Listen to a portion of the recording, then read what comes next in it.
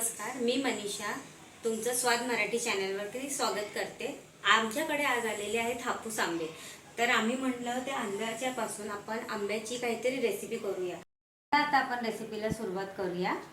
तर हे आहे आपल्याला रेसिपीला लागणारं साहित्य।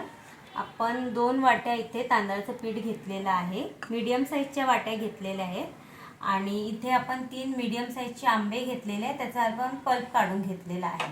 इथे 1 कप आपण दूध घेतलेलं आहे, 1 कप पाणी घेतलेलं आहे। हे आपण लागेल एवढं पाणी आपण वापरूया तेव्हा उकळ करताना। इथे आपण 1 नारळ खवणून घेतलेला आहे, 150 ग्राम आपण गूळ घेतलेला आहे, 1 चमचा तीळ घेतलेला आहे, आपण ड्रायफ्रुट्स घेतलेले आहे। हे ड्रायफ्रुट्स तुम्ही तुमच्या आवडीनुसार जेवढे हवे तेवढे तुम्ही घेऊ शकता। अर्धा चमचा खसखस घेतलेली आहे। इथे आपण 4 ते 5 वेलचीची पूड घेतलेली आहे, थोडीशी केसर घेतलेले आहे, इथे तूप घेतलेलं आहे आणि इथे थोडंसं मीठ घेतलेलं आहे। मीठ आपल्याला थोडंसं चवीनुसार लागेल एवढंच घालायचं, जास्त मीठ घालायचं नाहीये। मीठ ह्याच्यासाठी घेतलं आहे की मीठ कुठल्याही गोड पदार्थात आपण जर वापरलं तर त्या पदार्थाची चव थोडी वाढते। चला तर आपण कृतीला सुरुवात करूया। कढई गरम करत ठेवलेली आहे, या कढईमध्ये आपण 1 कप पाणी घालून घेऊया। हे पाणी छान उकळू देऊया।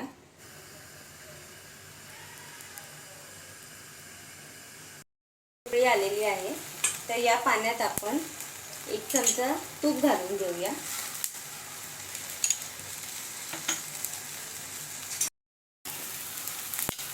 आणि चिमटभर मीठ टाकून घेऊया। फ्लेम आपण स्लो केली आहे इथे या पॉइंटला येऊन। आता याच्यात आपण मँगो पल्प टाकूया। हा मँगो पल्प आपण 1 कपाच्या आसपास घेतलेला आहे। हा छान आपण ढवळून घेऊया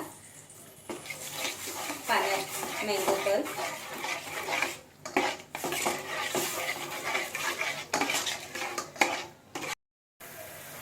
हा मँगो पल्प आपण 10 मिनिटं पाण्याबरोबर शिजवून घेऊया,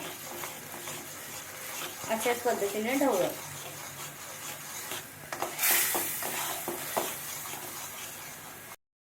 यात आता आपण 1 कप दूध टाकून घेतलेलं आहे। सॉरी, मी शूट करायचं विसरून गेले। आता दूध टाकल्यानंतर याच्यात आपल्याला हे पीठ टाकून घ्यायचंय तांदळाचं आणि पीठ टाकल्यानंतर लगेच गॅस बंद करायचा आहे आणि हे पीठ ढवळून घ्यायचे, एकजीव करून घ्यायचे।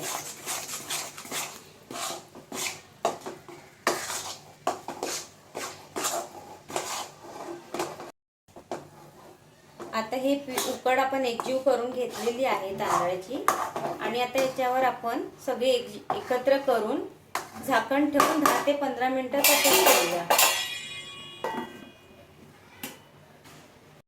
उकड तयार करून झालेली आहे बाजूला। आता आपण सारण बनवायला सुरुवात करूया। मला ठेवला आहे। आता या पॅन मध्ये आपण तीळ टाकून भाजून घेऊया। आहे हे तीळ आपण दुसऱ्या भांड्यात काढून घेऊया।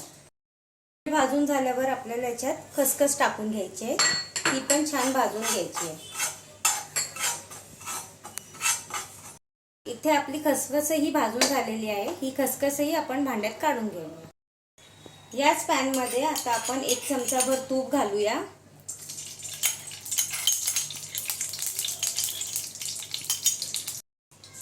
हे तूप गरम झालं की याच भांड्यात आपण हे खोबरं टाकून घेऊया।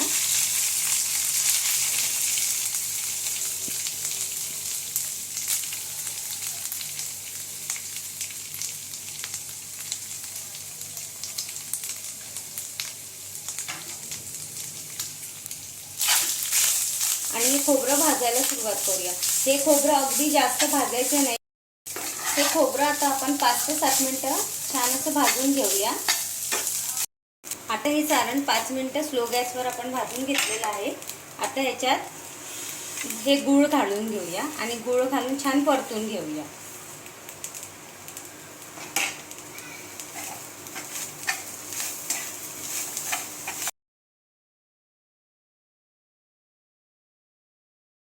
आपण यात भाजलेली तीळ भाजलेले खसखस आणि मगाशी कापून घेतलेले हे ड्रायफ्रुट्स टाकूया आणि हे सगळं मिक्स करून घेऊया. आता हे सारण तयार झालेलं आहे. आता या पॉइंटला आपण गॅस बंद करूया आणि ह्याच्यात ही वेलची पूड जी करून ठेवलेली आहे ती टाकूया. आता हे आपलं जे सारण तयार झालं आहे ह्याला आपण थंड व्हायला ठेवून देऊया. आता ही उकड जी आपली आहे ती जरा थंड झालेली आहे. आपण याला छानपैकी मळून घेऊया.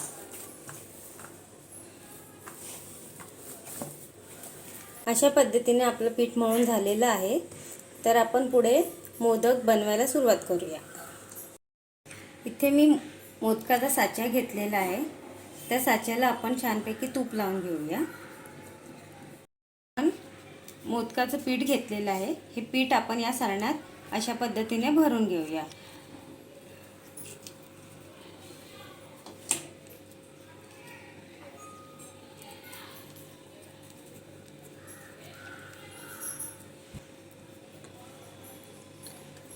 पद्धतीने पारी तयार करून घेतलेली आहे. ह्याच्यात असा प्रकारे एक होल तयार झाला पाहिजे जेणेकरून ह्याच्यात आपण सारण भरू शकतो.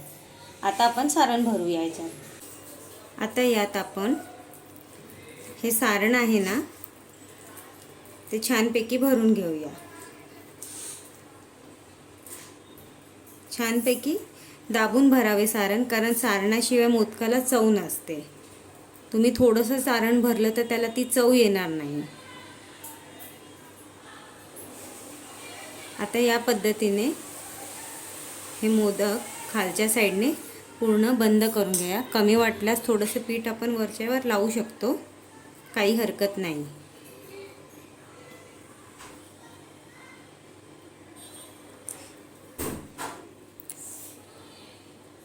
आता बघा अशा पद्धतीने आपला मोदक तयार झालेला आहे. हा मोदक आपण असा बाहेर काढून घेऊया. आता अशाच पद्धतीने आपण सगळे मोदक तयार करूया. अशा पद्धतीने आपले सगळे मोदक तयार करून झालेले आहेत. आता याला स्टीमरमध्ये आपण स्टीम करून घेऊया. आता आपण स्टीमरमध्ये पाणी घालून गॅसवर ते पाणी उकळत ठेवलेलं आहे आणि जे स्टीमरची जाळी आहे त्याला आपण तूप लावून घेऊया जेणेकरून मोदक चिटकू नये म्हणून.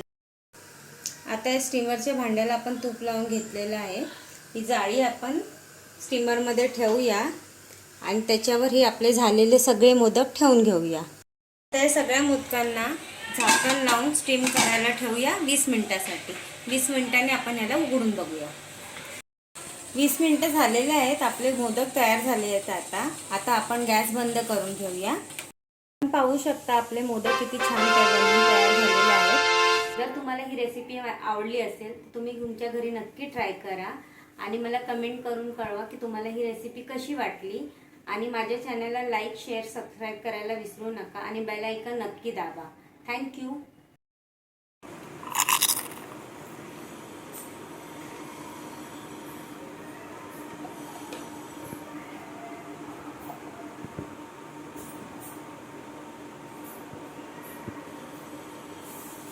Goodbye.